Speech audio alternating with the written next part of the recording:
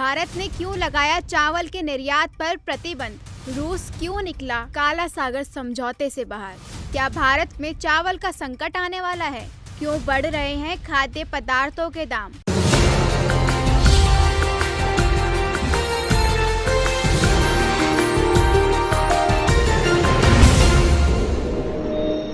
भारत आज इस मुकाम पर पहुंच चुका है कि भारत की एक फैसले की गूंज पूरी दुनिया में सुनाई देती है।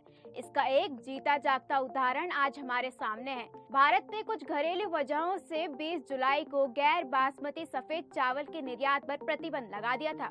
ये प्रतिबंध आज भी लागू है। भारत का फैसला न सिर्फ भारत बल्कि पूरी दुनिया में चर्चा का विषय बन गया है।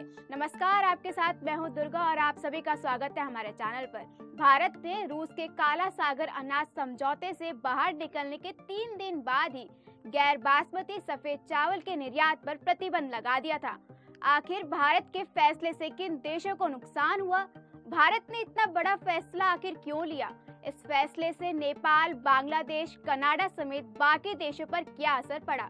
ये सारी जानकारी आपको इस वीडियो में मिलेगी, लेकिन उससे पहले आपका ये जानना बहुत जरूरी है कि काला सागर समझौता क्या है और रूस इस समझौते से बाहर क्यों निकला।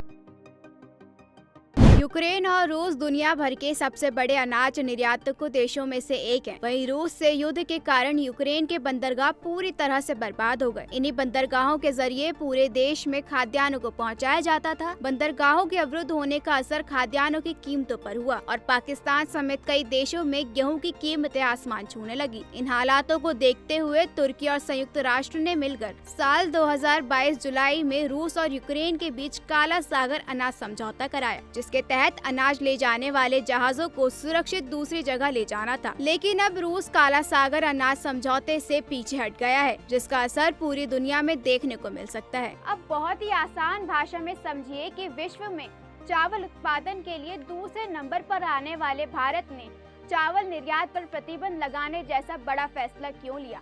इसके पीछे 2 वजह है। पहला, देश में होने वाले चुनाव और दूसरा, भारत में आने वाला त्योहार का सीजन। इनके अलावा देश में गेहूं और बाकी अनाजों के मुकाबले चावल का ज्यादा खाया जाना भी एक वजह है। गांव से लेकर शहर तक चावल की बहुत मांग रहती है। दरअसल रूस के काला सागर समझौते से बाहर आते ही खाद्य कीमतें बढ़ने लगी थी। इसका असर आज भी चीजों की कीमतों में हो रही बढ़ोतरी से देखा जा सकता है। घरेलू सामान के अलावा उच्च मुद्रास्फीति के कारण भारत में चावल की कमी का डर बढ़ने लगा है, क्योंकि देश में आने वाले महीने त्योहार के जश्न से भरे रहने वाले हैं। ऐसे में खाने के सामानों की कीमतें सरकार सपने में भी बढ़ाने की सोच नहीं सकती, क्योंकि त्योहार का सीजन खत्म होते ही देश में चुनाव का सीजन शुरू हो जाएगा। अगर ऐसे में कीमतें बढ़ती हैं तो इसका सीधा असर चुनाव के वोटों पर भी पड़ेगा। इतना ही नहीं, देश में सालाना लगभग 135 मिलियन टन चावल का उत्पादन होता है, जो लगभग 100 से 105 मिलियन टन की घरेलू मांग को पूरा करता है। इसमें वो चावल भी शामिल है जो देश की सरकार देश के 800 मिलियन गरीबों को रियायती दर पर वितरित करता है। लेकिन चावल पर प्रतिबंध का असर अब वैश्विक स्तर पर भी महसूस किया जा रहा है। यूक्रेन पर रूस के युद्ध के कारण अनाज की अंतर्राष्ट्रीय कीमतें पहले ही बढ़ गई थी। इसके बाद रूस द्वारा काला सागर अनाज पहल से बाहर निकलने के बाद से कीमतें और बढ़ गई। इसको लेकर व्यापारियों और वैज्ञानिकों का कहना है कि चावल जो दुनिया की आधी से ज्यादा आबादी का भोजन है, इसकी कमी से पूरे देश में गेहूं, सोयाबीन और मक्का पर असर देखने को मिलेगा, क्योंकि इन अनाज को पशु आहार के लिए भी चावल के विकल्प के रूप में इस्तेमाल किया जाता है। ऐसे में सिर्फ खाद्य पदार्थों में ही नहीं बल्कि ईंधन की बढ़ती मांग और कीमतों पर भी असर देखने को मिल सकता है। अब सवाल ये उठता है कि प्रतिबंध कब तक रहेगा और इसका असर सबसे ज्यादा किस पर पड़ने वाला है?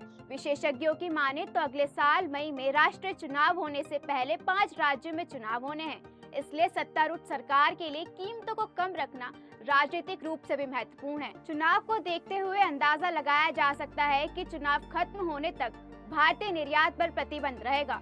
वहीं दूसरी तरफ उन देशों की बात करें जिन पर इसका सबसे ज्यादा असर हुआ, तो वो है संयुक्त राज्य अमेरिका और कनाडा। इसको लेकर सोशल मीडिया पर एक वीडियो काफी वायरल हुआ, जहां भीड़ भाड़ वाली किराना दुकानों में लोग घबरा कर भारतीय चावल खरीदते हुए नजर आए। वहीं अमेरिकी दुकानों द्वारा चावल की बढ़ती मांग से निपटने के लिए चावल की बिक्री को प्रति परिवार एक चावल बैग तक सीमित करने की भी खबरें सामने आई। कनाडा में चावल के लिए लोगों का इस कदर परेशान होना लाजमी भी है, क्योंकि वहाँ कई ग्राहक भारतीय प्रवासी हैं जो भारतीय चावल खाने के आदी हो चुके हैं। कनाडा के अलावा उत्तरी अफ्रीका अफ्रीका के साथ साथ कुछ पश्चिमी अफ्रीकी और एशियाई देशों में नेपाल, बांग्लादेश में चावल की स्थिति चिंताजनक है। वहीं फिलीपींस और इंडोनेशिया जैसे देशों में जिनकी कृषि और मत्स्य पालन जलवायु परिवर्तन की स्थिति से प्रभावित हो रहा है, ऐसे में वहाँ गंभीर खाद्य संकट होने की भी संभावना है। एक तरफ जहाँ इससे कई देशों को नुकसान हो रहा है, तो दुनिया में कुछ ऐसे देश भी हैं जिन्हें इसका काफी फायदा होने वाला है। फायदे की इस लिस्ट में सबसे पहला नाम थाईलैंड और फिर वियतनाम का है। चीन और फिलीपींस जो आमतौर पर थाईलैंड और वियतनाम से चावल खरीदते हैं, अब उन्हें बढ़े हुए दाम में चावल खरीदने पड़ेंगे। इसके बाद पाकिस्तान का नाम आता है, जिसे चावल की बिक्री से बहुत ज्यादा फायदा मिलने वाला है,